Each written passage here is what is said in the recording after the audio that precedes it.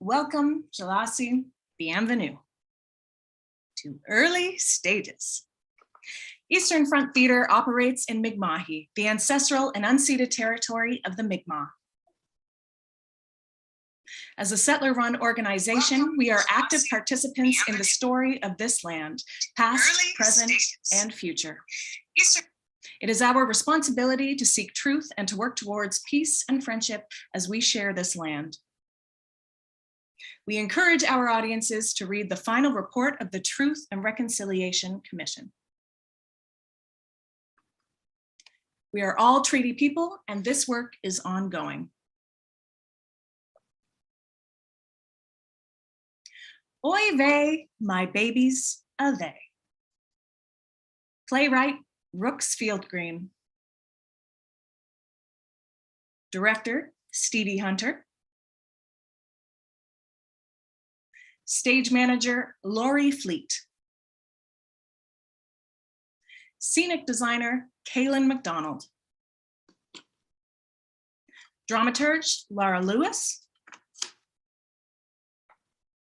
Movement dramaturge, Coral Maloney. Race consultant, Des Adams. Associate producer, Ryan Wilcox. Playing Mother / Gloria, Karen Bassett. Playing Nora, Avery Jean Brennan. Playing Father / Frank, Jacob Sampson. Playing Child / Beep / TBD equals Madeline Tench. This presentation contains non-sexual nudity. Sorry, we rolled right past that. We'll come back, keep you all safe. This presentation contains non-sexual nudity, mention of recreational substances, transphobic language, trans misogyny, and depictions of emotional and physical abuse.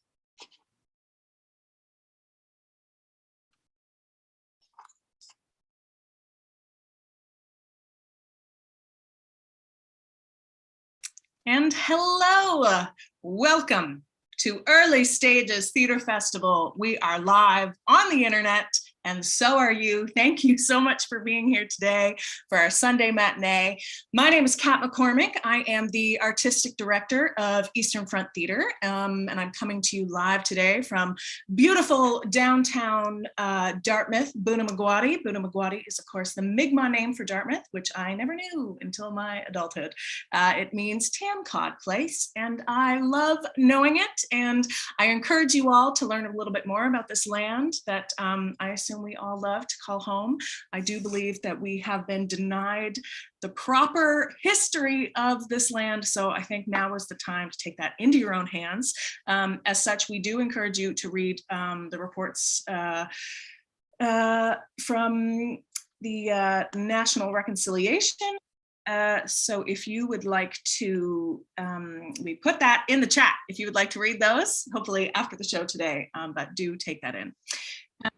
My name is Kat McCormick. I already said that. Sorry, this Zoom is getting wild behind the scenes. I am a white person. I have very flat black hair today, shouldered length. I have pearl earrings in. I have very splotchy, red, freckly, white skin, pretty okay eyebrows, and very large, round glasses. I've been told my face is very expressive. Here at EFT, we are trying really hard to make everything as accessible as possible because we do believe that theater is for everyone and it's better with everyone involved.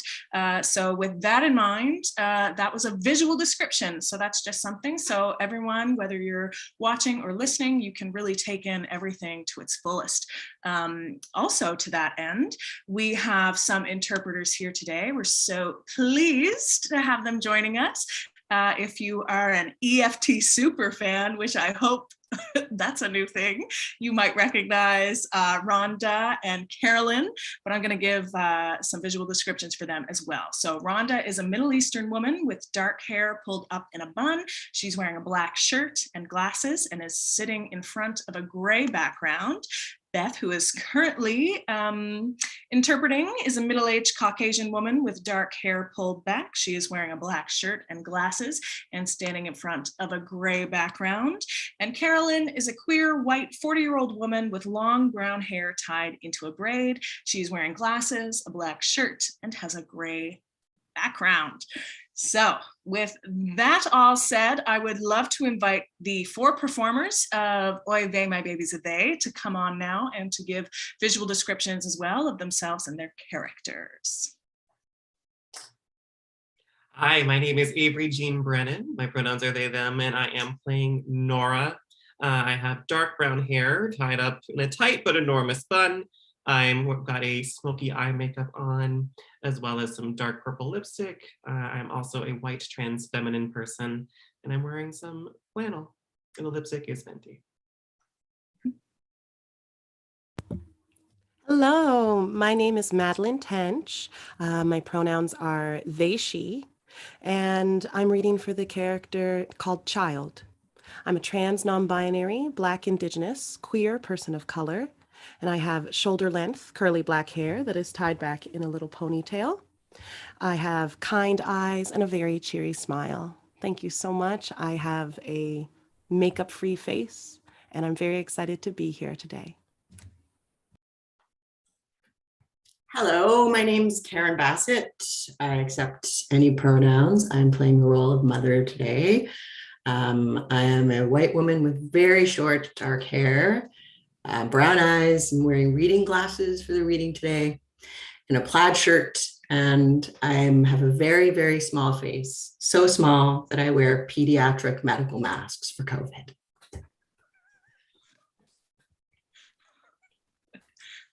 Hello, my name is Jacob Sampson. My pronouns are he, him. I am playing father today.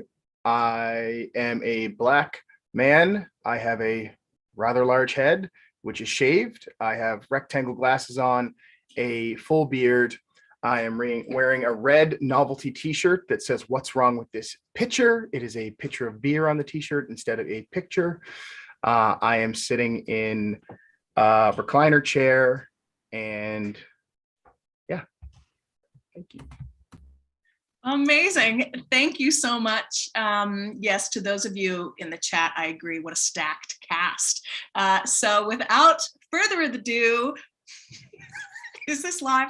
I'm going to pop off and I invite you to enjoy this reading of a brand new work from Rooks Field-Green, Oy Vey, My Baby's a They.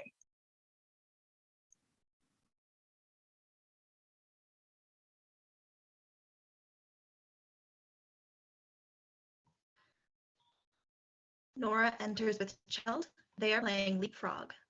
Child and Nora giggle, totally free. Child uses Nora to balance into a standing position. Child tries to walk, so proud.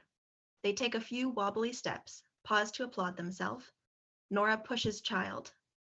Mother enters slowly, followed by father, who is moving quickly. They are too late. Child falls right into the kitchen table. One table leg breaks and the table falls down on top of Child. No! Child and Nora freeze in place.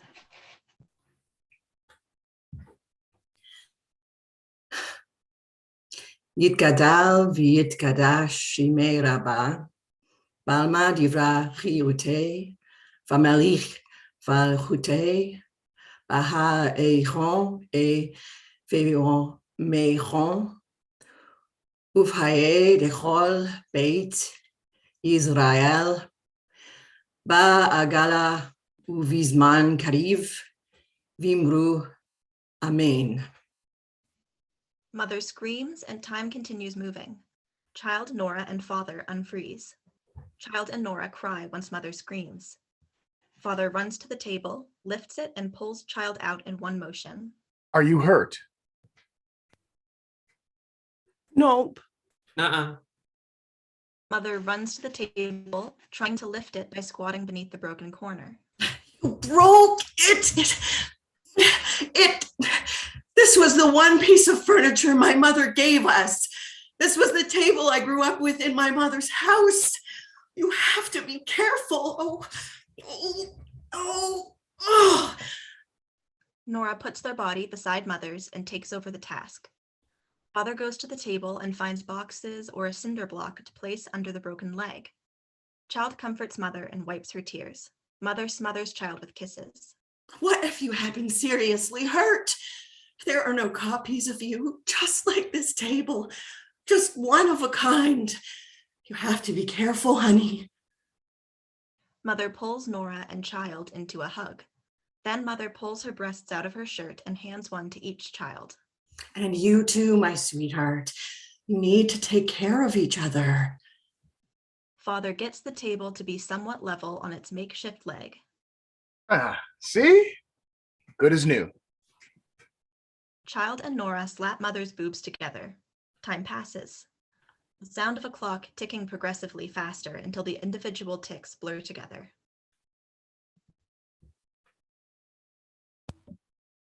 What I am about to tell you is a secret. No one can know that I'm showing you this, okay? I need you to promise me you won't tell. Do you promise? I'm serious. You have to promise me. Do you? Tell me you promise. This is my home. Child opens the set like a doll's house, or by pulling open curtains. Clearly, a hoarder lives in the premises. There is garbage and stuff piled up and overwhelming. Somewhere beneath the boxes and junk is a beautiful home. Art covers the walls and posters of kittens litter the ceiling. Do you want a tour? This room is the pantry. It has lots of things you can use at a party with your friends. And because you're my friend, maybe we can use those things tomorrow night. Only if you want. This is the kitchen where my grandmother's table is. This is the living room. It's a bit hard to move in there, but don't worry. We will fix it up before the party. These stairs go up to my bedroom. I don't have a door, so it's kind of like this whole house is my bedroom. They indicate a spot on the bed beside them for their invisible friend to sit on. Are you nervous for the party? Don't be nervous. I'll be with you the whole time. I want to have fun. I am a teenager after all, even if everyone thinks I'm an old soul. Oh, I just want to kiss someone and hang out with a big group of friends. So, yeah, I am sharing my secrets with you because I think you can help me. And maybe I can help you too. Oh, do you want to hear my list so far? Okay. Child turns to their invisible friend. What food or taste do you love? What food or taste do you hate? Nah. Oh, which bathroom do you love? Your least favorite? Oh, fuck. Never mind. This sucks. Like your mom. What is your favorite body part? Your least favorite? What makes you want to hide? What makes you want to be seen? What is the gayest thing about you? Oh, lol, gay. Oh. Child yawns and slips under the covers of their bed. It is early in the morning. Nora opens the door to Child's room quietly. They walk past while Child continues to sleep. Nora examines the house, testing the walls by pushing on them, checking the railing or the stairs. They test the top few steps. Okay, well, this will do. Nora starts the timer. All right, lots to do, no time. I'll make every minute count. Okay, first, wake up call. Second, breakfast. Third, family meeting. Fourth, task list. Fifth, tasks. Okay, sixth, upstairs, declutter, surfaces. Seventh, garbage bag. Eighth, downstairs, declutter, floors, surfaces. Ninth, fight.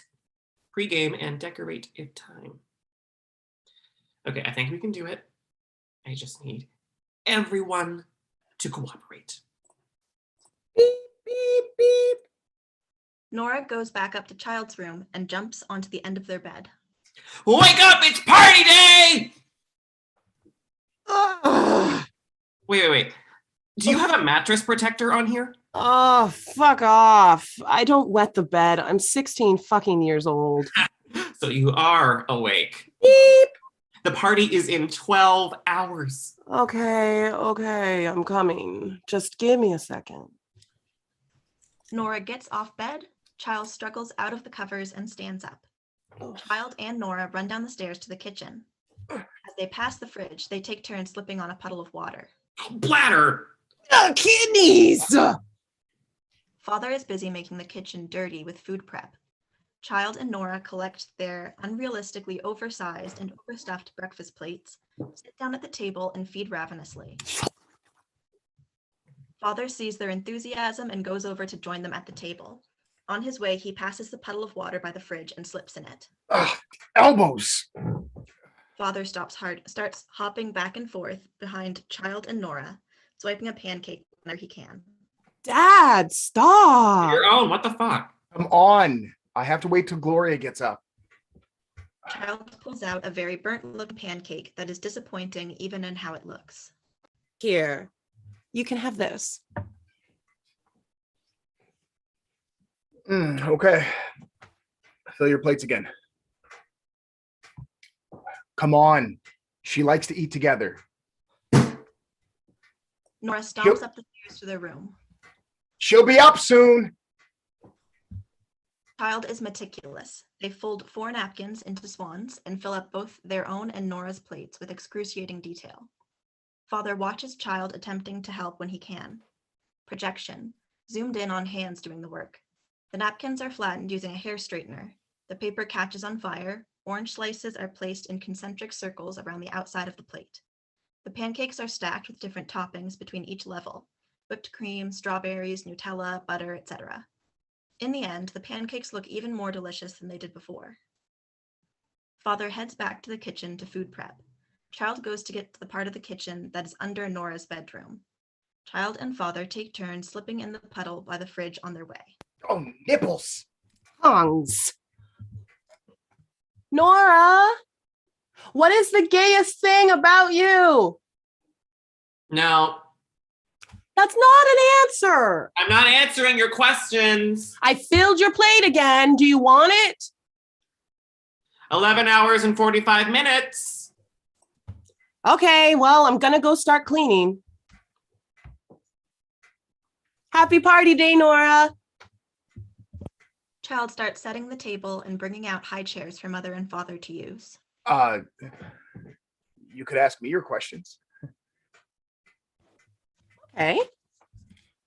Why aren't you gay? Okay.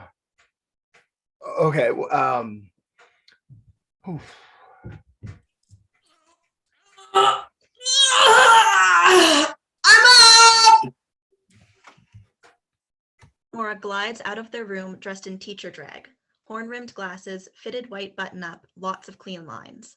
Nora opens the door to Mother and Father's bedroom. Mother is looking around Child's bedroom and trying to tidy it while Nora helps Mother into her clothing. Nora hands Mother a bra. I don't want to wear that. Okay, well, do you want another one? No, A shirt.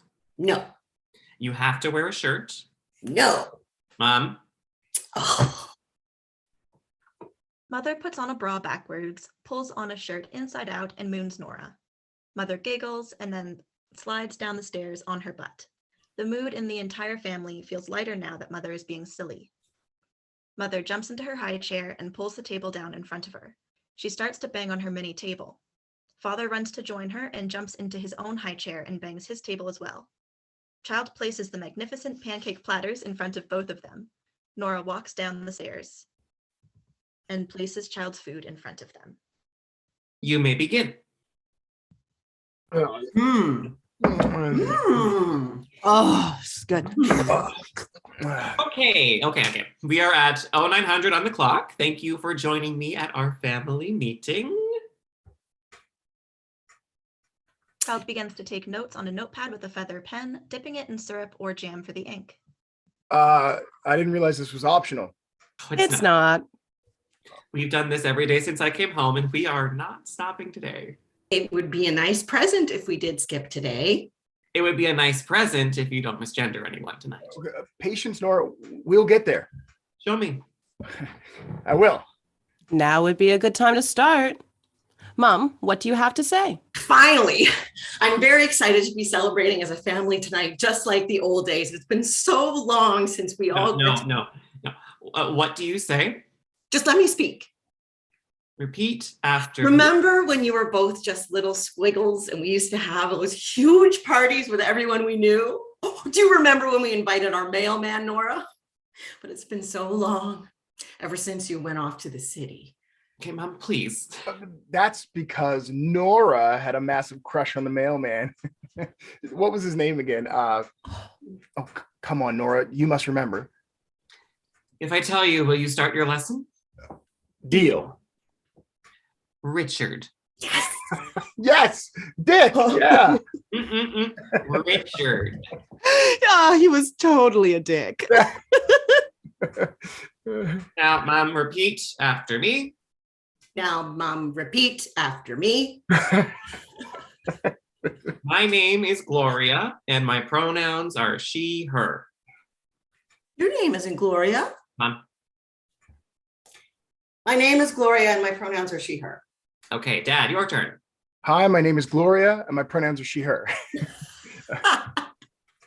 Hi, my name is Frank. My pronouns are he, him. That was painful. Do you want me to go next? No, this is still just for Mom and Dad. Oh, no. Yeah. Duh. Okay, before we get to today's tasks list, I want to emphasize that misgendering someone is an act of discrimination. Sure, honey, we know this. They, them pronouns take time to get used to, and you two haven't really been practicing. Your friends, are they intersexual? Are you trying to ask me about my friend's genitals? I'm just trying to stay informed. TBD? Okay, boomer. Excellent work. Okay, moving along. What is our favorite fact? Sex and gender are not the same things. Being genderqueer or non-binary is kind of like rejecting the social constructs of gender. Rejecting? Yes, like rejecting the roles of man or woman. And next item.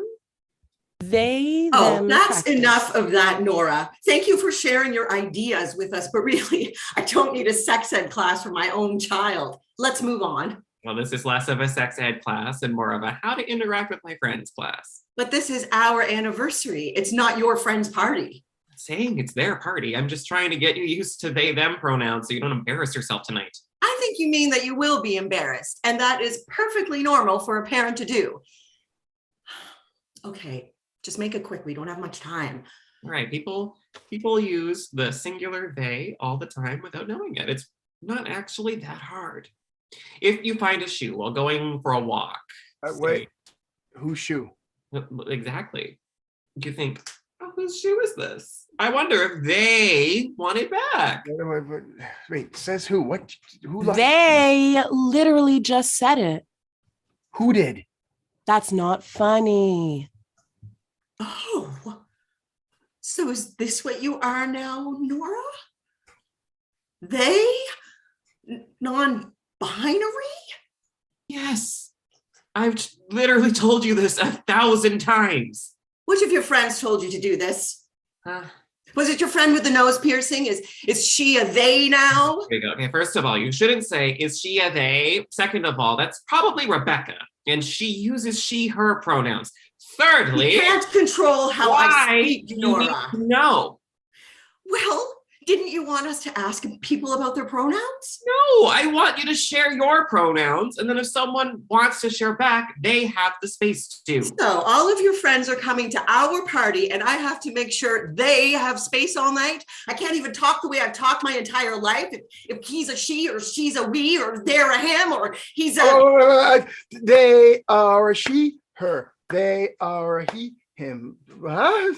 They are a she, her. They are he, him. They are a she, her. They are he, him. He's a she, he's she. They are he, she. This isn't a joke. No. Oh. Isn't gender supposed to be fun? All those books I read when Nora was coming out were all focused on joy. Really not the point, Mom. Like, you wouldn't want someone to misgender you, right? Like, what if someone thought you were a man? Oh, well, if you think I should change my outfit, just say so. No need to start insulting me. I'm not saying I thought you were a man. I'm saying you wouldn't like for people to think you were a man. I get it. I get it. I'll go change.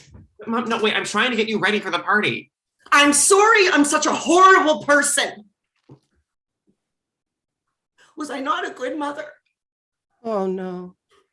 When I was young, I learned how to feel comfortable being a woman, you know, grow into it, make it work for you, not against you. That's all. Being a woman is an honor. That's great for you. As I was saying. How dare you? I'm sorry. Mother rushes to exit the high chair. She can't manage it. Get this off of me! Child opens the child-proof release mechanism in Mother's high chair. Once free, Mother slams herself away from the table and storms her way to the kitchen, knocking things over and smashing a plate or two along the way. I'm sorry. Oh. Sorry. Sorry. I'm sorry. So, what's your new name? I don't have a new name. Okay, so still Nora then? Yep. Okay, Nora. I'll make sure your friends have dinner tonight. Go apologize to your mother. We have a lot to do today. I need both your help around here, both of you. Chop, chop, chop. My apologies, Nora. Would you like to finish your list of action items? No point. The meeting is adjourned. T-minus 11 hours. Nora takes off a part of their drag look. Child picks it up. Mother goes to the kitchen and slips in the water by the fridge on her way. Nostrils. She starts to do the dishes one at a time. The water she uses to clean the dishes should be her own tears. Father enters the kitchen. Did you finish plotting against me? But maybe you should talk it through with Nora. It might help you understand. Oh, I understand perfectly well, Frank. Don't tell me I don't understand. Mother grabs Father forcefully and begins to climb onto his back like a tree.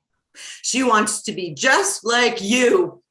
They both do, just like their perfect father and as far away from me as possible. You've been doing this for years, just fucking poking at my buttons and painting me like the mean parent in front of them. You're the bad parent. Gloria, I am not a bad parent. No one even cares. I can't believe you would do this to me, you fucking asshole. She begins to hit him. You misogynistic piece of shit. You... Father places Mother on the ground carefully as she continues to hit him. He's upset. Father exits and goes outside. As he leaves, he trips on a working table leg and it breaks. Smart one, Frank. Really smart. You want to hurt me? Well, why don't you just hit me? That was my mother's table. You men need to learn to control yourself. You're so destructive, wrecking all my beautiful things. You asshole. Nora and Child are walking up the stairs. Don't look in the kitchen. Just follow me. Child begins to look in the kitchen. Beep, beep. Nora drops costume items like a trail behind them. Child follows the trail to their bedroom. There are rafters with broken lights strung around them. Now that Nora has removed the teacher, Child and Nora attempt to transition into cleaning mode. For Child, cleaning consists mostly of filling boxes randomly and then taking excessive breaks. For Nora, cleaning consists of rapid, efficient movement.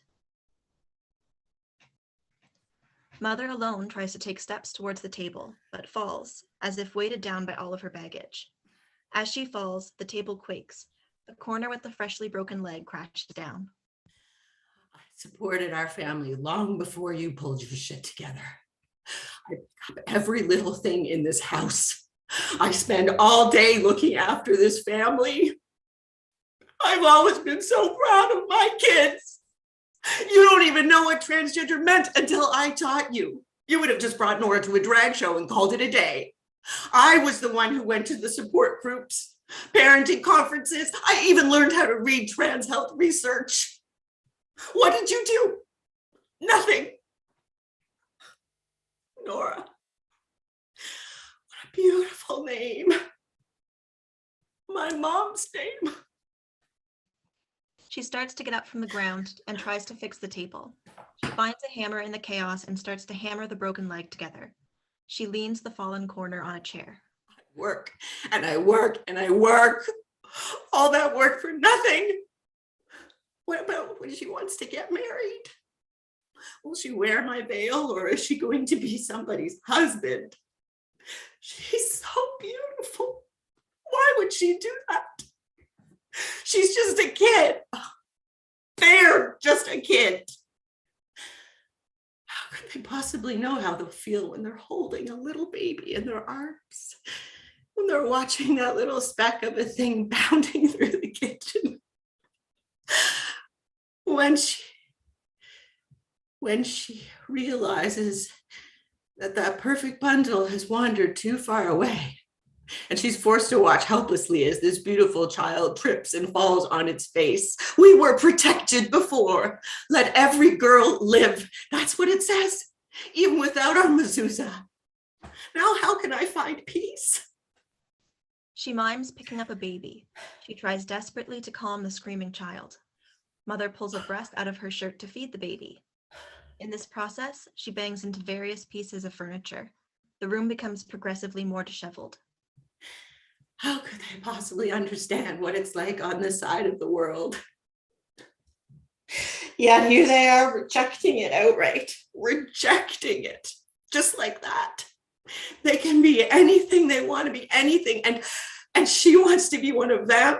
I fought my entire life just to get a fucking word in, and all these men just keep fucking blundering over it with their misogyny and their dicky dick men only clubs.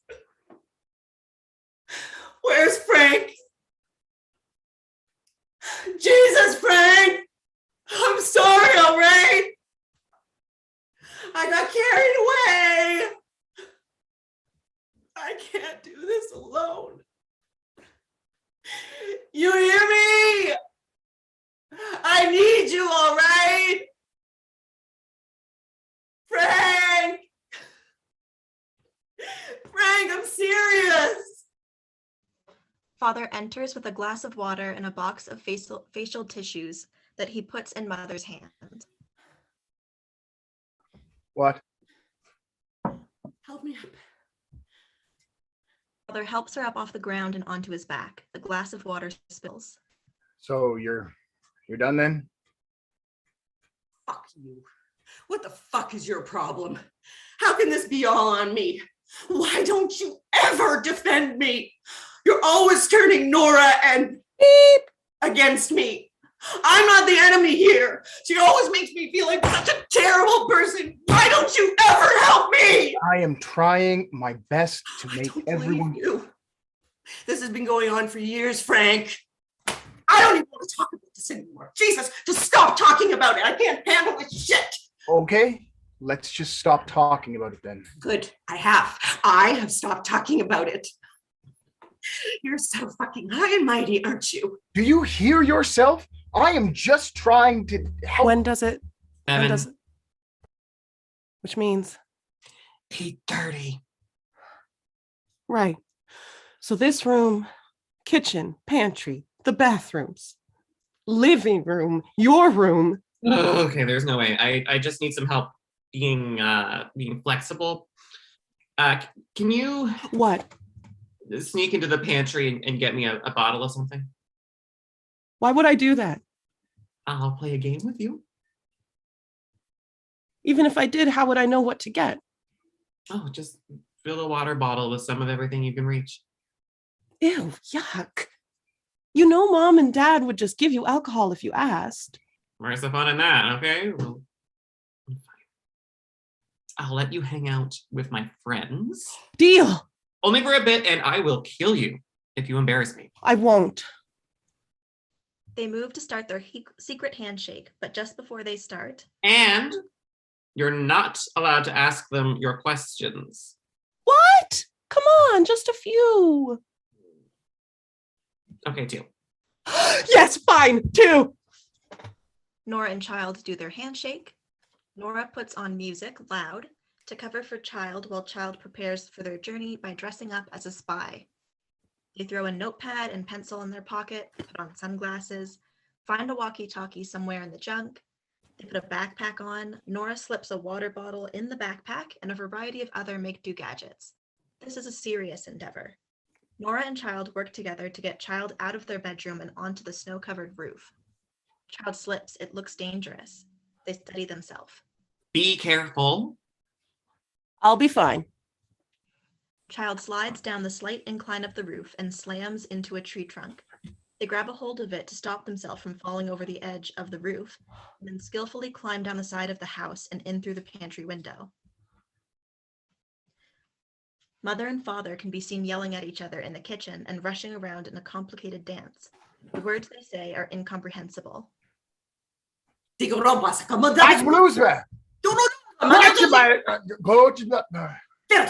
Garble.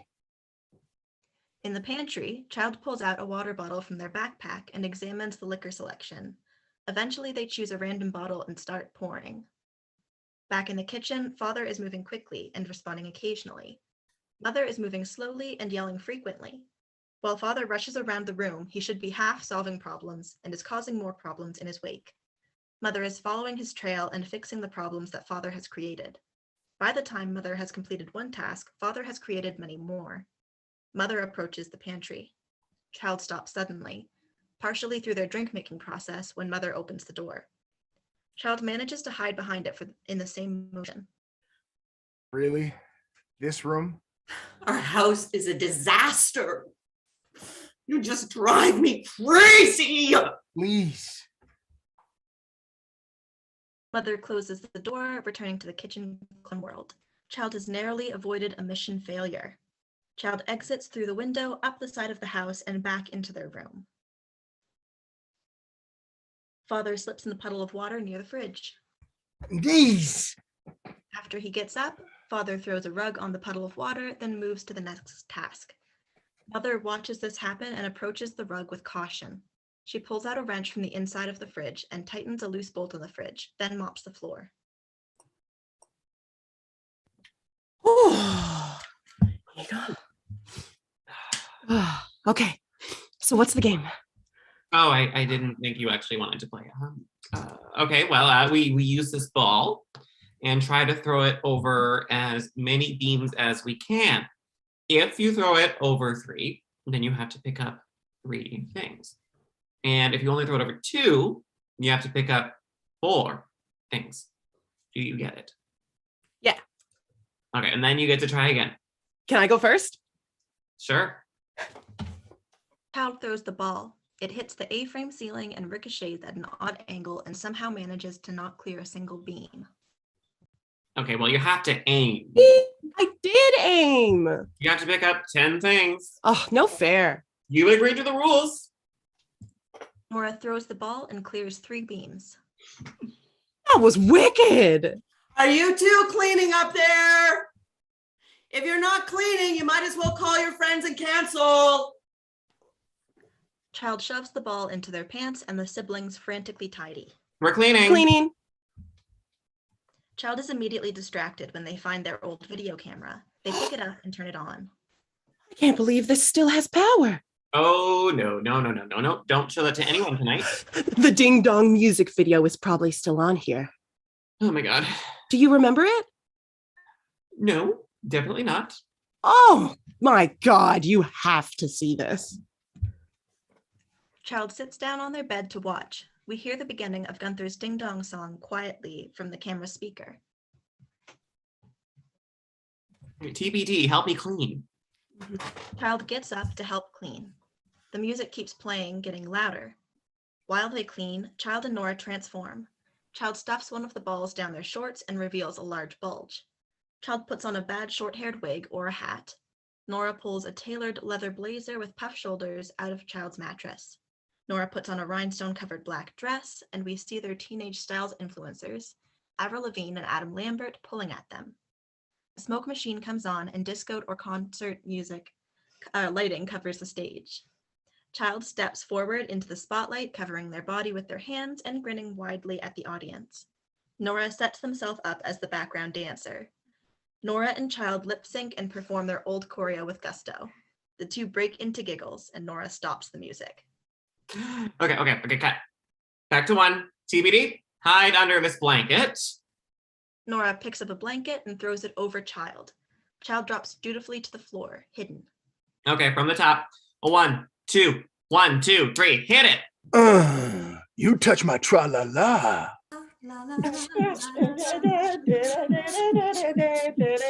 My ding ding dong.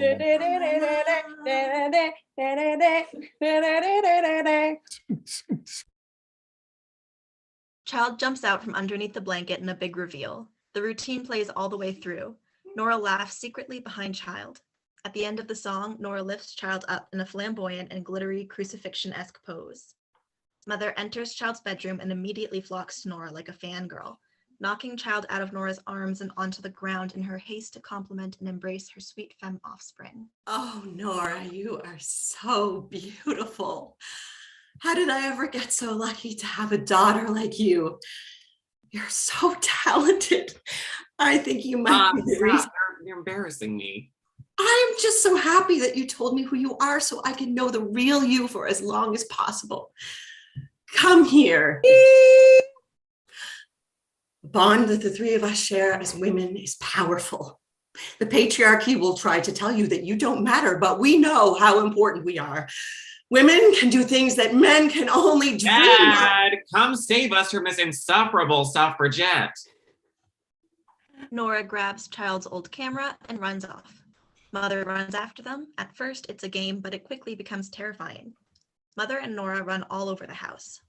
Mother quickly loses Nora, but the audience is always aware of which room in the house Nora is in and which Mother is in. Nora enters the kitchen after escaping Mother, who is still looking for them in another room. Father is standing in the kitchen with a black garbage bag that he is filling. He sees Nora and hands them a second garbage bag. Quickly. Nora places Child's old camera in the garbage bag and they go around the room grabbing items, some garbage and some treasures, and placing them in the bag. Child looks in the mirror. They pick up a pair of rolled up socks and add them to their ball-filled Speedo. Projection, a POV shot of someone wearing boxers looking down past their navel. They turn to the side, attempting to hide the lumps in their shirt from their own view. Child enters their cleared out closet. Child takes their socks out of their underwear and then puts them on their feet. Child pulls off their t-shirt, revealing a binder. Upbeat elevator/piano music starts and the sounds of people cheering. Child gestures to their invisible friend to join them in the closet.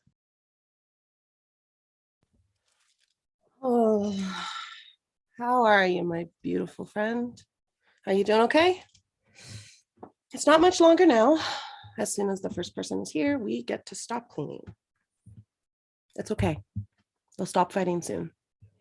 This isn't even real fighting anyways, so you don't have to worry about it. I know you're still scared though. It's okay. You're just a kid. Oh, do you want me to sing you a song? Oh, or I could ask you questions.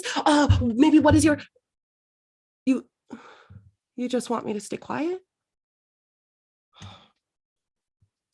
We can do that too. Child and invisible friend settle in together, cuddling in the closet.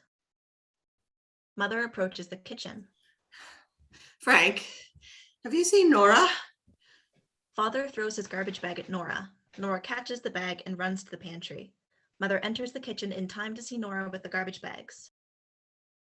What is that? Are you throwing out my things? No, we were just clearing the garbage out. Frank, was this your idea? No, it was mine. What did you throw out?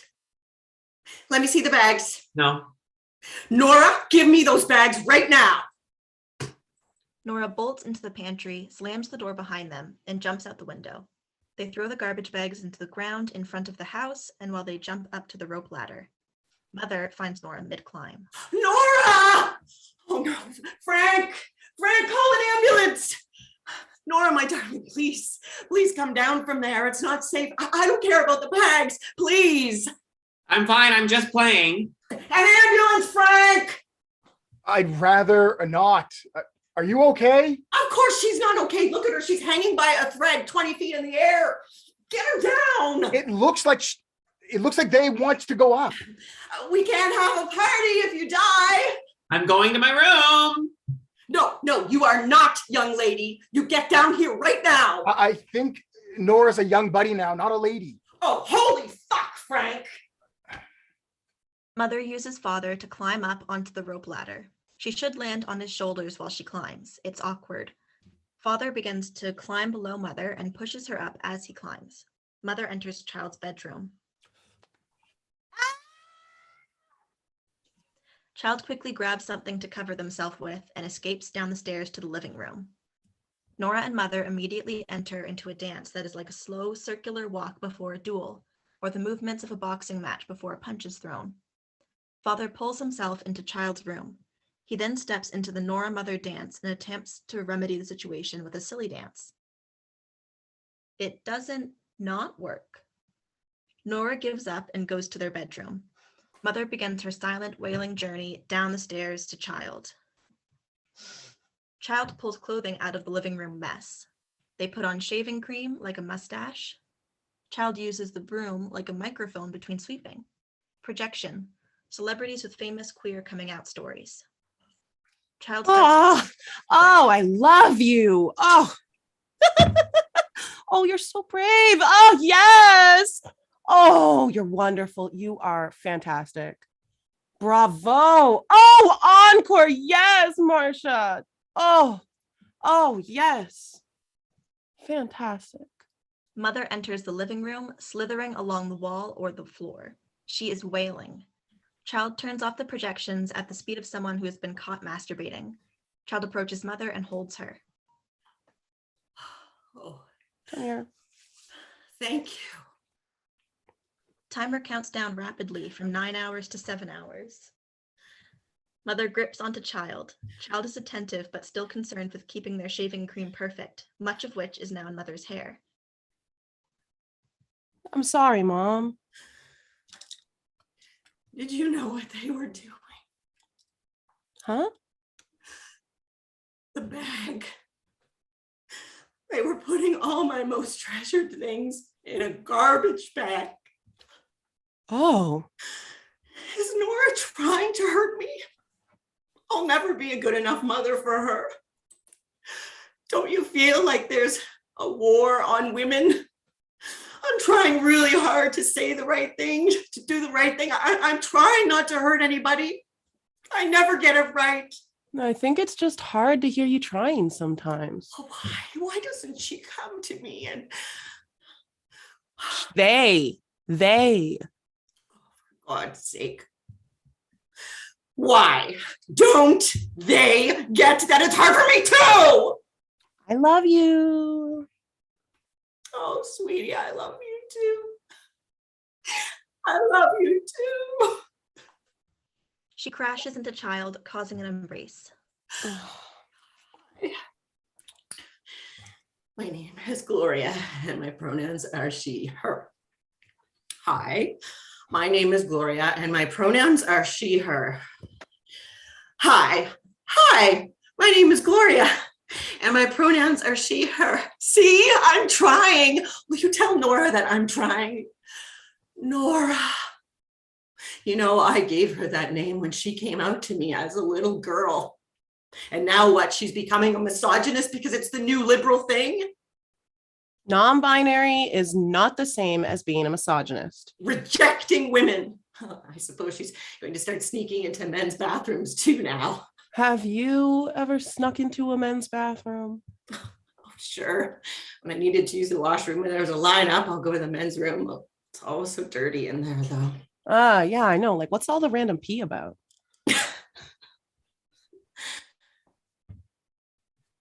You've been in men's bathrooms?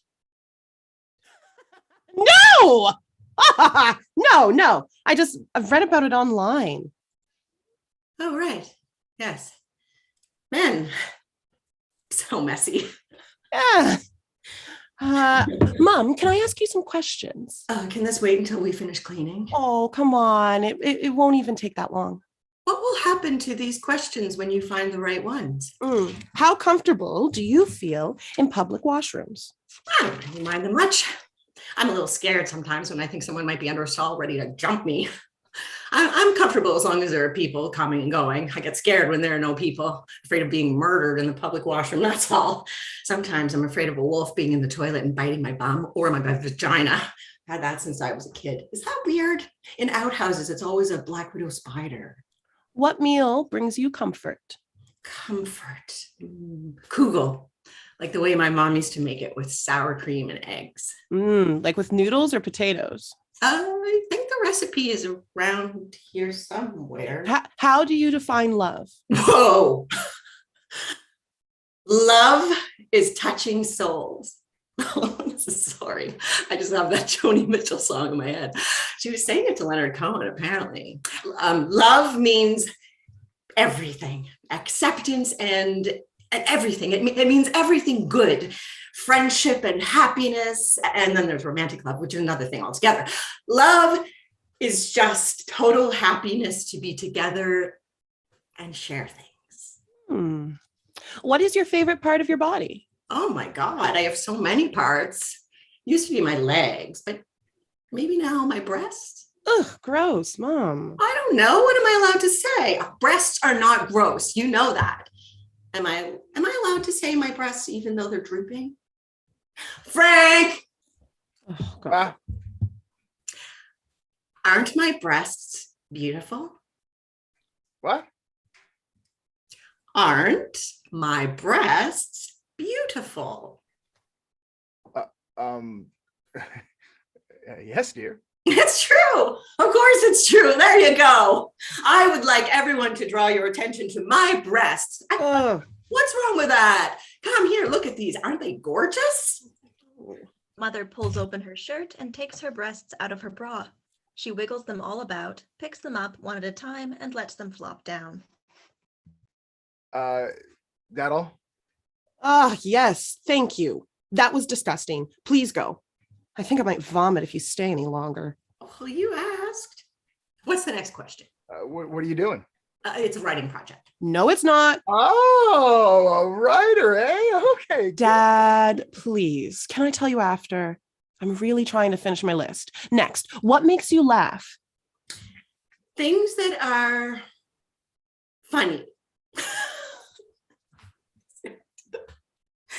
Humor. Wordplay. Oh, puns and things like that. I guess babies and kittens and bunnies as well. Oh, yeah. Cute little things make me laugh. Humor really makes me laugh, though. Hummus also makes me laugh sometimes. Hummus. Yeah, that is a good one. No, so listen, I've been thinking about why I'm not gay. And, you know, I really think it's because... Well, Frank, that's nice, dear, but the question was about what makes you laugh. Do you think you are capable of murder? If so, how would you do it? Oh my God, no. I can barely kill a fly. I just don't think I'm capable of it. I don't like to see little things getting hurt. Oh, wait. Self-defense. Self-defense, maybe, or to protect someone. I would have to be totally angry and out of my mind or scared, but yeah. That's a really heavy question. Why are you asking that? If you had the power to change one thing about yourself, what would it be? No, wait. If I had to answer, sometimes, look, I get so angry, I can feel it bubbling up to a boiling point. Do you remember that time I threw the tissue box out of the window? Man, that was embarrassing. Now, if I was actually hurt someone, I don't know, really, I can't picture it, but I don't think these kind of questions are gonna help me make friends, kiddo. Mom? That's hard. Maybe if I could have a little more self-confidence. Would you rather have tongues for nipples or a nipple for a tongue? Jesus Christ, what kind of question is that? Oh, I refuse to answer that question. Well, I guess I'd rather have a nipple for a tongue. No, I don't want either. Next question. My breasts are the best part, didn't I tell you? That's weird. I don't have to have a nipple for a tongue. Why do we have to choose this? Just answer the question. Yeah, come on. Tongue, nipple, or nipple, tongue? Oh, Frank, go away. You wouldn't understand it. You're not a teenage girl. Well, if you must know, I would rather a nipple for a tongue so that making out would be more fun. Oh, TMI, TBD, TMI. Frank, what are you still doing here?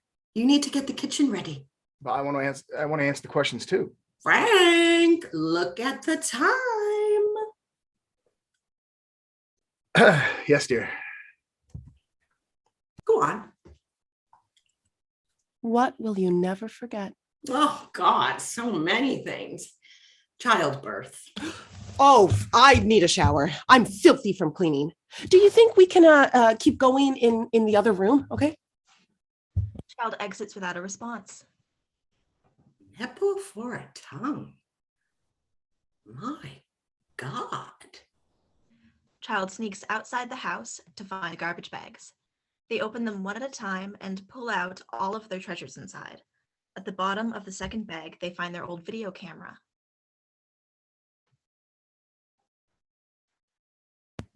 Oh, Child picks up all of the treasures and sneaks back inside to their bedroom to hide everything in the closet. Mother moves to the kitchen, where father has just jumped to the table to pretend to clean it. What are you doing with that? Oh, if I take the food off now, it'll be easier to clean later. That makes sense. So what were the other questions that asked you? Oh, I'm sure she'll ask you those questions later. Yeah, if there's time. How much time do we have? T-minus 4 hours. Oh my God, Nora is totally your daughter. I was just going to say that I think Nora is definitely your kid. How do you do that? Do what? You just take everything? I don't need anything. Well, I do need something. Can I get it for you? Can you take me back to this morning? I can try. Mother falls into father's arms. Father picks mother up and holds her close. Child is alone in their bedroom. Nora is getting ready for the party. Child stops in front of the mirror for a moment, lifting their underarm to look at the beginning of hair growing. They're distracted by their arm and begin to flex it in different positions. Nora is taking frequent sips from their water bottle. Father carries mother stoically up the stairs to Child's bedroom. Child hears them coming. They put on a binder and underwear. Mother and father enter Child's bedroom. Get out! I'm naked! Not naked. Yeah, you're wearing a tanker top. Get out! Oh my God, get out! Oh my God, would you calm down? What the hell is this? Please leave. Mother and father exit through their bedroom door. Child continues looking for clothing, now in a panic. Why is Beep freaking out? I don't know. She's always been weird about people seeing her naked. I can hear you. A lot of people don't want their parents to watch them get dressed. Jeez. Since she was so young, such a prude. Father puts mother down and heads back downstairs. Child has finally found appropriate clothing and is pulling layer upon layer over their head. Mother rolls her way across Child's bedroom and knocks on Nora's bedroom door. Nora comes out. Yes. I think I want you to use gender neutral pronouns when you talk about me. Really? Yes. Why not? Okay, sure, no problem. Mom, can I ask you something? So you want to know more about my decision? Well, No, the reason. no. Have you ever been in love with a woman? Oh, I don't think in love. Infatuated is more like it. Oh. Did you ever do it? Oh, Jesus, Nora, you're so crude. Oh, you totally did, didn't you? With who? I'm not talking about this anymore. Also, you admit it. Ha ha! Honestly, Nora, this is ridiculous. I'm not telling you. She's married. She has a family. This is inappropriate. Did she have a family when you were together? Of course not. I don't get it. What's the problem? It's about respecting people's privacy, and enough. We're running out of time. Oh my God, we're cleaning. Don't talk to your mother like that. You need to learn to respect women. What? I'm just saying I'm your mother and you should respect me. Okay.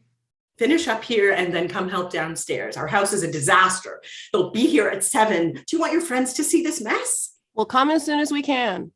Good. I can't do it all by myself. Well, neither can I. Mother goes downstairs. Tiles and art fall off the wall upstairs as she goes.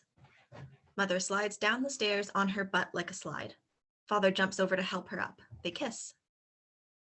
Happy anniversary, my love. Happy anniversary. Father takes Mother in his arms and they start to dance around the room in a silly sort of swing dance.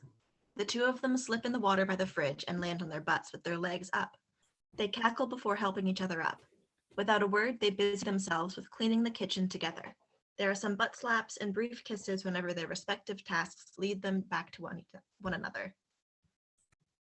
T-3 hours, people. What the fuck did she mean by respecting women? Let's just keep going. We don't have much time. You know something. Spit it out. Beep. Beep. Let's just clean, Nora. Tell me what you know, or I'll tell Mom and Dad that you still have an invisible friend.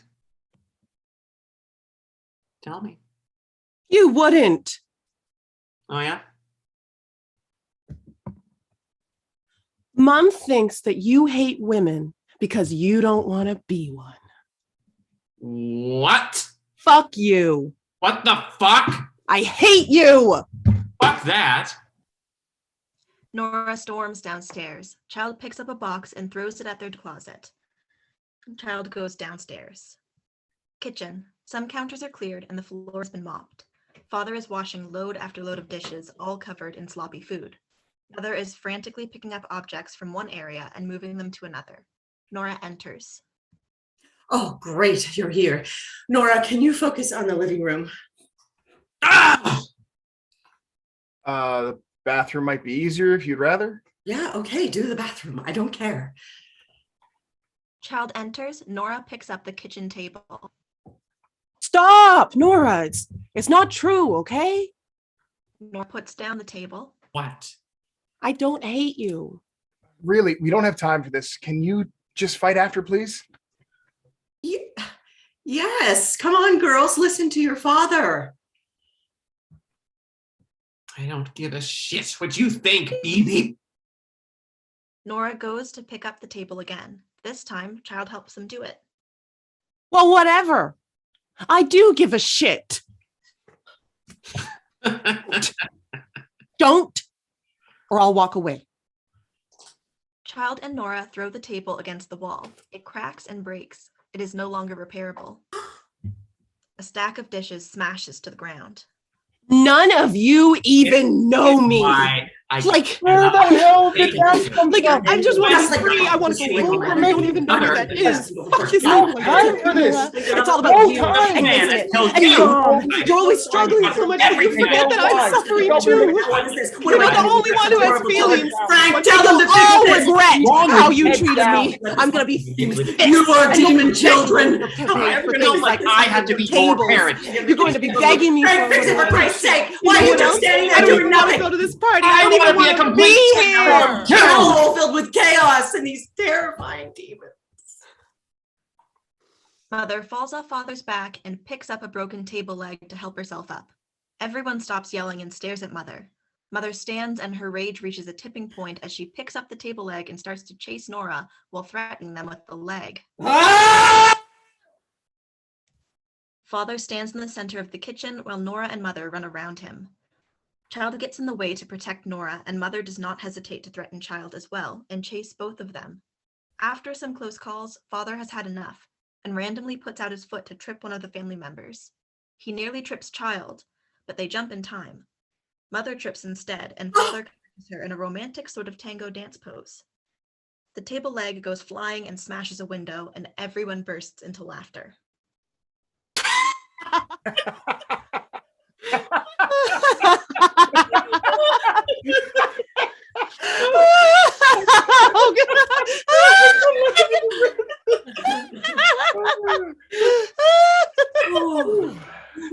Okay. Oh. Beep. Mom, at the kitchen, Dad, bathroom. I'll do upstairs. How much time do we have? Not enough. Father exits, Nora goes up the stairs. Mother and Child remain in the kitchen and they get into a rhythm. It's 7 o'clock! Mother scrambles to pick up the pieces of the table. Child stops what they're doing to watch Mother. Mother takes each piece off stage one at a time. Child tries to help them in the painful process. Keep working. What are you doing? Sorry. No, why didn't we cancel? I'm not the person I used to be. No one will enjoy themselves in this dirty house. They'll be here any second. No, they won't. What? The party doesn't start until 8:30.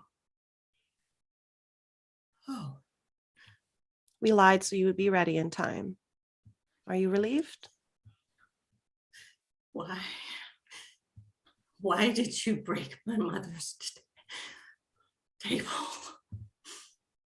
Nora thinks you don't love or respect them. Well, that's the most ridiculous thing I've heard today. I love you both with my entire being. You're the best things to have ever happened to me.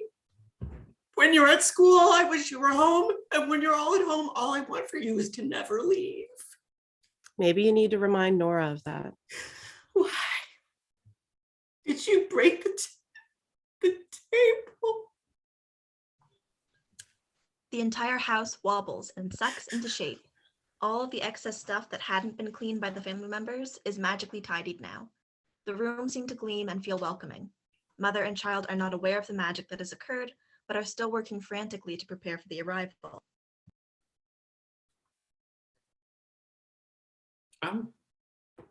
Things look nice in here. Come help me in the living room. Upstairs finished already? Yes, so. The party starts at 8:30. I guess we had enough time. I should go get ready. Beep, beep, beep. Mom, Dad, they're here. What? Gloria, they're here. They're here! Fuck! They're here! They're here! Child and Nora go to where the table once was and immediately prepare on all fours to be the foundation of a pyramid. Doorbell. Mother and Father rush to join Nora and Child. Father helps Mother up onto Child and Nora's backs. Father stands to the side with his arms raised to brace Mother should she fall. A tableau of a nuclear family portrait. The sound of a door opening. Mother flips off the pyramid, landing impressively on her feet. All right! Let's get this party started! The pyramid dissolves. Mother jumps into Father's arms and crawls around to his back. Father starts to hop back and forth between Child and Nora and pulls their hair. Child jumps away and starts to ask audience members the questionnaire. Nora pulls out the water bottle and drinks. Oh, excuse the mess. Don't mind the mess. Sorry for the mess. Oh, don't go in the pantry. My name is Gloria. My pronouns are He, him. Thanks for coming. Child closes the family into the back of the stage and the set returns to its starting position. Blackout.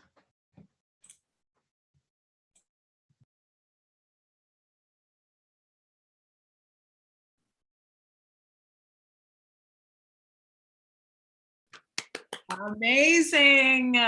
Thank you so much. What a show. Dying to see that set realized. Thank you, everyone, for sticking around and for keeping the chat popping off throughout this. This was a great time.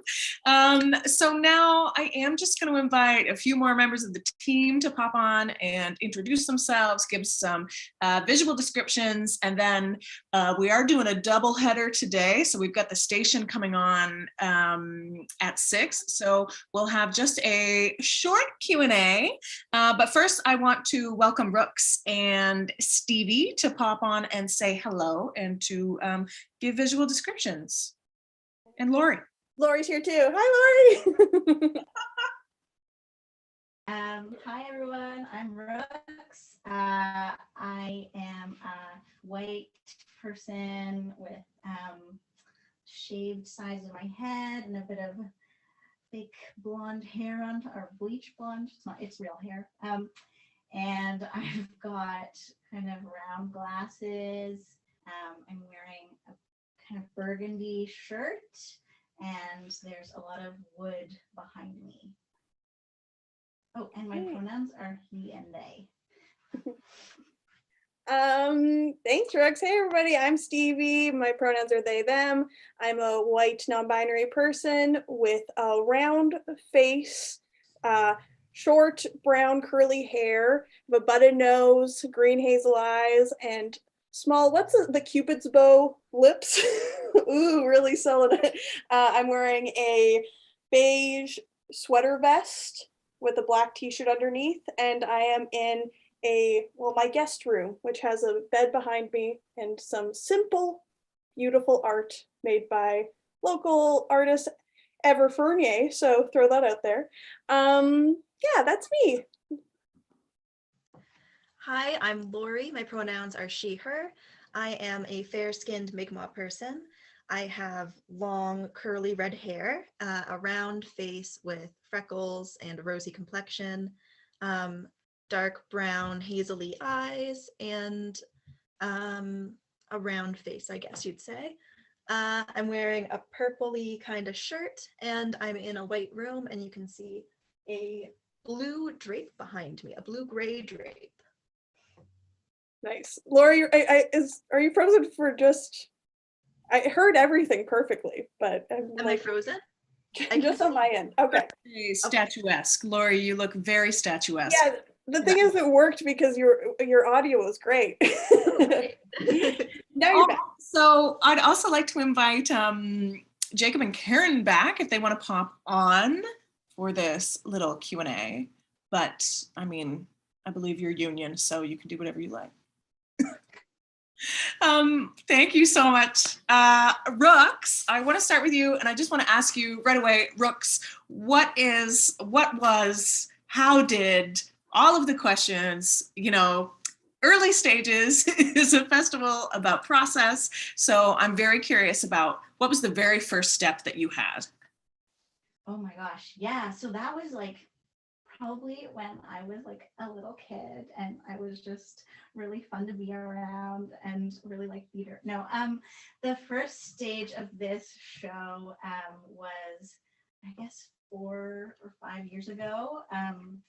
I was like auditing a playwriting class taught by the amazing Roberta Barker, and yeah, I just started like conceptualizing the show then, but then it felt like too intense, and so it's taken a while. But then last year I was super lucky to be part of the Tarragon Theatre Young Playwrights Unit extended cohort, which was kind of like a new pandemic thing to bring in more playwrights, and it really kind of catapulted the show then. And then I applied to an Arts Nova Scotia grant to individuals and got that, and then just started pulling all of these people I like look up to, all of these artists on this screen, as well as the rest of the ones in the crew and cast list at the beginning. yeah, I just basically started like looking for people I really wanted to work with, and then kind of kept at it. Yeah, and so why absurd? How did you land on this type of storytelling? You know, there is a comment in the chat about the type of storytelling, so I'm just curious about that. How did you decide to tell this story with the type of storytelling, or did you start with the type of storytelling and then bring the story to it? Totally. I think it was maybe like a pretty organic both at the same time. Yeah, I copy Taylor Mack, who at the beginning of Taylor Mack's play here wrote a little description of what absurd realism is, and it really feels, I don't know, it just feels like the only way that it makes sense to me. Yeah, I think just the way of being able to say like tell a true story, or not that this is a true story, but tell a story using realism as a like base and allowing everyone in that way, but then not feeling constrained by it, and being able to just turn the volume up on different aspects and really just blow up the like turn things into caricatures and allow like more clowning to come and be part of it.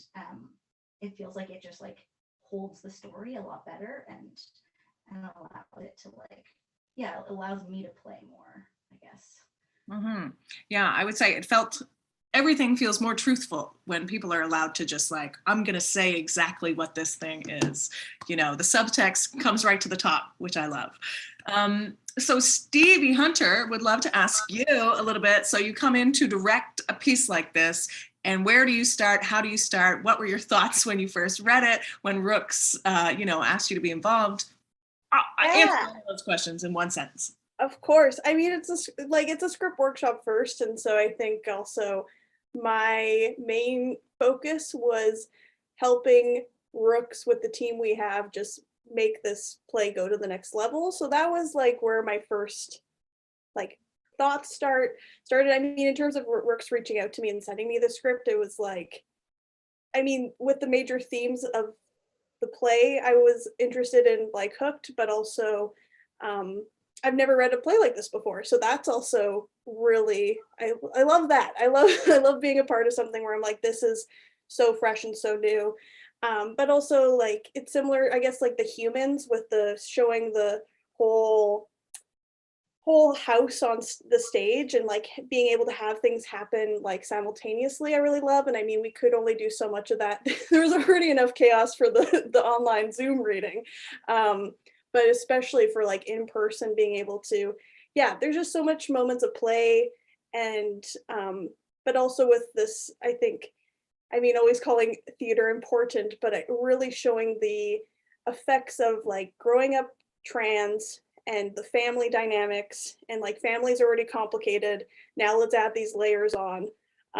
Yeah, and that's the word that we also keep coming back to, is just how layered the script is, including the characters. Like Mother is, it's easy to kind of, just talk about how horrible Mother is, but like you see how it's a real human, and like all of us, have our good parts and our bad parts. And so I think the fact that this play brings so much to the table and really like makes us have to think about it and discuss it. Because I think even you take out the trans part of this play and it still just shows the like, family dynamics and how complicated they often are. So, and how much you're trying to cover up and not show, especially when you're getting ready to have a party with everyone. So yeah, I'll leave it at that, but. Great. Yeah, it is interesting how everything gets heightened when suddenly people from the outside are going to come in.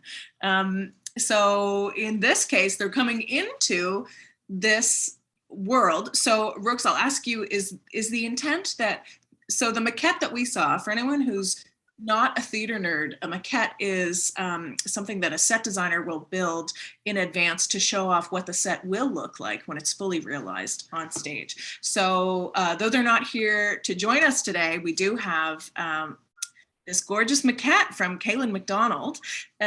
So I'm just curious a little bit about that. Like you can still see it even behind Jacob there. What's the plan for this and how did this affect the workshop room? Totally.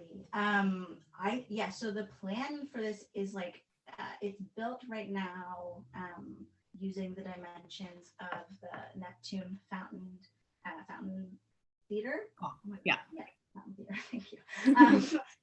So if, Neptune wanted to program us, it's already set up. We just need the money. Jeremy, the dimensions are there.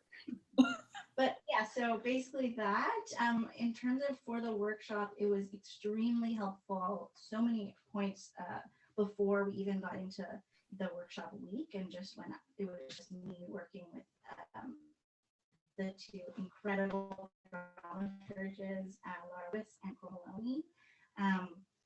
During that period, having Kaylin and I in constant contact about the building of this maquette and the design was really helpful actually in like organizing the script. In general. It used to be broken down by scene numbers, and now it's just broken down by which room everyone's in because because there's so much like parallel action, having an actual like physical maquette to play with during that was extremely helpful. Yeah, because I guess originally we were going to have this in person, and so we would have had the maquette featured, and so people, being in real life together. But yeah, then moving online, I was like, all right, well, we've been in this for 2 years now. How can we try and like use this maquette to our best ability and show it off as much as possible? Because it does help, I think, even reading it without keeping track of where we are, it does get even more like kind of a little brain sore, but being like, oh, I now know where everybody is really helps keep us in check. Awesome. So I'm curious a little bit, I'm going to throw this. Well, first I'll say, actually, for those of you in the chat, if you have any questions, drop them in there. Here's a question. Is there any way Rooks can turn up his mic? Oh, yeah. Great, thank you, Rooks. But I'm curious to the actors. I'm curious, especially, how do you come at a script like this in terms of like the absurdity of it? How does that inform your character? What are the first steps that you took with this? Were there any great discoveries that you did have? These are things I'm curious about. So would anyone like to speak to that? Oh my gosh, Rooks is on a different screen. Oh my gosh. Magic of the internet. Sorry, Kat, could you repeat the question? I got a little brain farty. Yes, absolutely. I'm just wondering about sort of your first steps as an actor. When you take on a script like this, how do you approach it?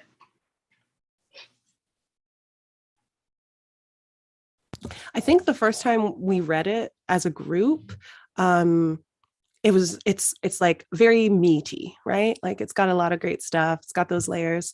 So the first time we read it, we all kind of just had a big, okay, let's breathe. We're safe. Everything's cool. A little bit of grounding. And then just kind of had like open space to share like thoughts and feelings and stuff.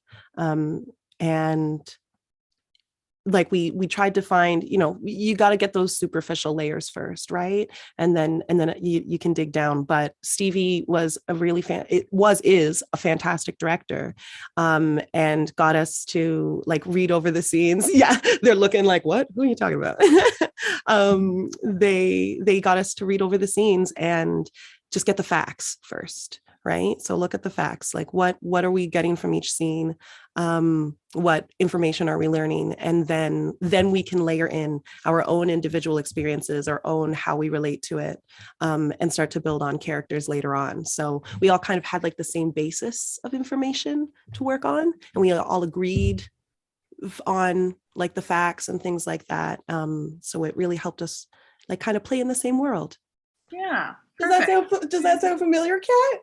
You ever hear of that technique? I feel like that is a technique that we just use on Fat Juliet that I stole from Richie Wilcox, who has no doubt stolen it from others. I know that Jake with Matchstick also does that. So what I am curious about, so I know she's in the chat, but she's not on here, but what was it like working with a movement dramaturge and a regular dramaturge, Laura Lewis? And I wonder if maybe Jacob or Karen or Avery Jean answer that one.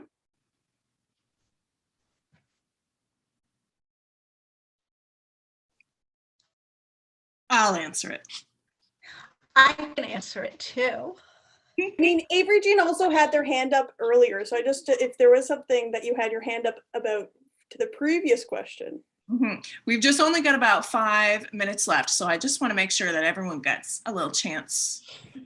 Oh, no, all I was going to also throw in just about the character work was before we started this workshop as well, Nora was actually originally written to be a trans person who was assigned female at birth instead of assigned male at birth like I am. And there was quite a lot of consultation that also went into that I was really excited to be a part of and get to bring some of my own experience to there too. Because a lot of people don't think of like, when we write trans and non-binary characters, especially of like the whole different huge spectrum of realities that means. And there are still certain ways in which there are just huge differences based on just, I don't want to say like where you're starting from, because it's still not really it, but like the assigned male at birth experience, the assigned female at birth experience, still having some slight differences. And kind of like, I've never really been a part of a process before where we've had to like sit down and really think like detail by detail, every little like, oh, right, that would be different. Oh, right, that wouldn't happen for me. That would happen more like this for me. And just like, that was also a really huge part of this process. And I felt really loved and safe through it as well, and respected by Rooks, especially the playwright himself. And yeah, I was really happy to be a part of that. That's amazing. I mean, it's new. You know, that's 5 years ago, and this would have been a part of any room. And now people are really learning how to take care of each other in spaces, I think, just across the board, but especially in terms of telling trans stories. So I'm pleased to know that you were kept quite safe in the room. So look, we've got about 3 minutes left, but I do just want to hear from Karen and from Jacob, you know, a little bit about this process and how it was for you. I mean, you two are actors. You've been around, you've done it all. Like, what is this like? No, Karen, you were. I know we're all, you know, East Coasters, so we're all going to say we're not, but we are. So Karen, Jacob, what was it like to come to the show where, I mean, even Jacob, you're the old one now. So what's that feel like to be in a room of all these young bucks that are making incredible work? Great. Sorry, you go ahead, Karen. Yeah, it feels great to be stretching and growing and working with newer artists, different perspectives, and I thought it was really, really awesome. I'm going to hand it off to Jacob because I have something I want to show in the chat before we go that piggybacks on the truth and reconciliation piece that you spoke to at the beginning. So I'm just going to go grab it and I'll be right back. Perfect. Really like this process, really like this play. I'm a text junkie and Rooks did a fantastic job with the text. As far as the movement dramaturgy and regular dramaturgy, I loved, because I'm a text junkie, I love Lara's process and the questions that are brought to the table that really like can expand story. And so I'm really hopeful to get in the room with her again. That it was incredible. As far as Coral's work with the movement, not something I've done very much of, and was really was allowed to question and just feel things out and get into it slowly. This room was incredible. I learned a great deal. You know, absurdist theater, I think doesn't get done necessarily enough. And real life is absurd. And what I think Rooks did a fantastic job at is that's what it is. It's the heightened reality of how absurd real life is, I think. And just kudos to the work and just really grateful to work with these artists. Amazing. Yeah, this was a powerhouse team, and what a strong performance. I'm just so thrilled that we have a little platform in town to see works like this in development. Now, maybe before I'll perhaps let Karen sign us off, but I just want to say a big shout out to Sarah Graham, who is our accessibility coordinator. So if you work in live events and you want them to be more accessible, Sarah Graham Accessibility, I think it's S Graham Accessibility at her card all over the place. Yeah, SGA. Yes, right. sgrahamaccessibility@gmail.com. Just call her up and she will just run you through anything that you can do to make your event more accessible. She just really, really is amazing. We do have Bear Theater coming up at 6 p.m. They're going to be talking about, this won't be a read, but they're working on a show called The Station that had a read at Stages in June this past year, which is really kind of an incredible new work that takes place and many times. And we'll be talking a little bit about, they've just brought on designers. So they're at that stage of creation, which we're going to have a little show and tell, chat with the designers. Other than that, this was free today, and we're so happy it's free today. And we believe that's part of accessibility, is bringing people in. But to that end, you can give us money if you'd like to.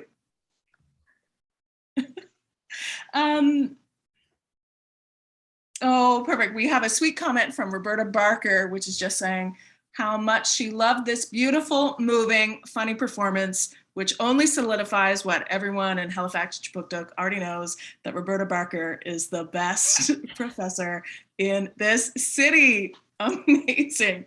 All right, I'm gonna hand it off to Karen to take us out. So thank you. So can everybody see this guy? Yeah, so I don't know if people know about these little books, but they have the articles from the Truth and Reconciliation call. It's the calls to action. And so it fits in your lunch bag, it fits in your back pocket, it fits where your cell phone usually is. And there's no internet required. You can just pull it open and open up to a page and read a couple a day. And that's what I've been doing, because personally I felt like I just needed to digest it piece by piece. So yeah, you can order a little mini book. I recommend. Yeah. And yeah, it need not be overwhelming. So I'm going to drop it in the chat again. It's a link to this online as well, so you can look at it in your own time. Yeah, it just feels better. I can't even say it feels good, but it feels better to know that much more about what's going on in our own country. Thank you for that, Karen. Friends, thank you so much for giving us this brave and exciting and funny new piece of work that I'm dying to see on stage. Who will do it? Jeremy Webb, come on, we need you. Thank you to this whole team, and we will see you again. Thanks, Kat. Thanks, EFT. We love you. Thanks, everyone. Thanks, everyone. Awesome. Bye.